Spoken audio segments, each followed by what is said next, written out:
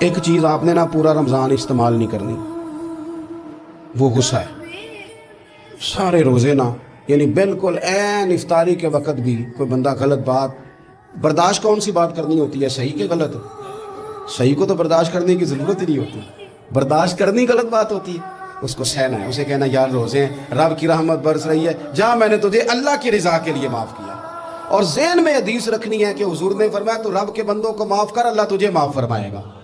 رمضان شریف میں اور سعادت کے ساتھ اور پیار کے ساتھ، اور غیبت نہیں کرنی کسی کی بھی، کسی ادارے کی نہیں، کسی بندے کی نہیں، غیبت نہیں کرنی۔ آپ کو حدیث میں ملے گا کہ نبی پاک علیہ السلام نے کچھ بیویوں سے کہا تھا کہ تم نے تو روزہ توڑ دیا ہے، اور تم نے حلال کے ساتھ رکھا تھا، حرام کے ساتھ توڑ دیا۔ یا رسول اللہ کس طرح؟ فرمایا غیبت نہیں کی تم نے، مردہ بھائی کا گوشت نہیں کھایا، یہ بہت بڑا جرم ہے، اس سے بچنا ہے۔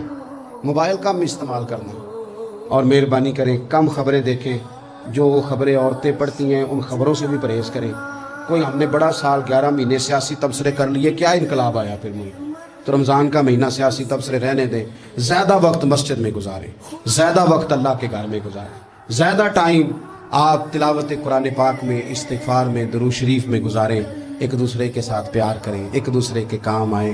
اے خالق کائنات، آئندہ جمعہ رمضان میں آنے والا ہے، اللہ امت کی خیر فرمانا، کشمیر کے مظلوموں کی خیر کرنا، برما کے مجبوروں کی خیر کرنا، پاکستان تیرے نبی پاک علیہ السلام کے نام پر، کلمے کے نام پر بنایا گیا وطن ہے، اللہ اس میں دین کا جھنڈا نافذ فرما دے، اس وطن عزیز کو قیامت کی صبح تک قائم فرمانا، اور اللہ ہم سب کو بھائی چارے سے، پیار سے، محبت سے، ایک دوسرے کے احساس میں زندہ رکھنا۔